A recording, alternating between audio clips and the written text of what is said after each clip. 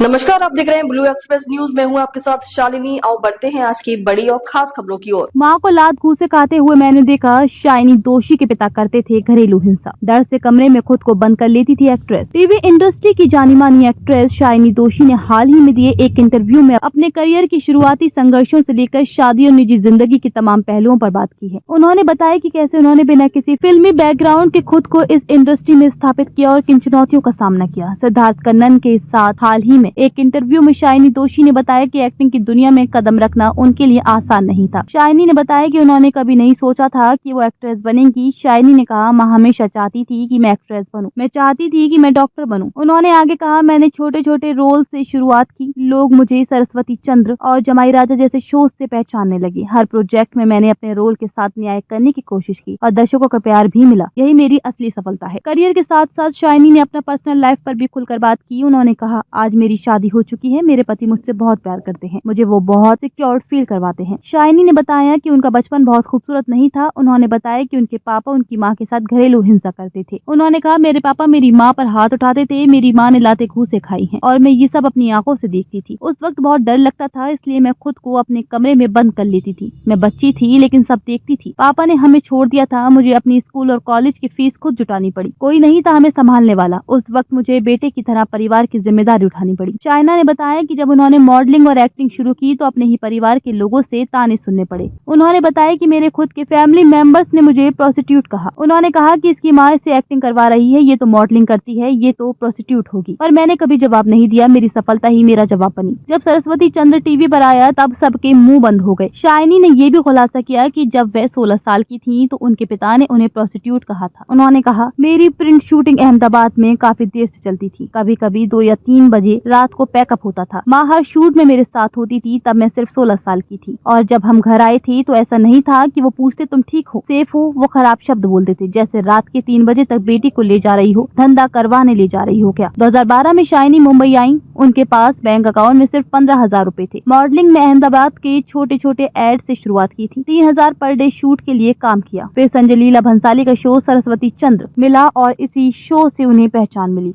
ऐसे ही latest update पाने के लिए हमारे चैनल को लाइक, फॉलो, सब्सक्राइब करें और बेल आइकन दबाना ना भूलें। अगर आप हमें फेसबुक, ट्विटर या इंस्टा के माध्यम से देख रहे हैं तो हमें फॉलो और कमेंट करें। धन्यवाद।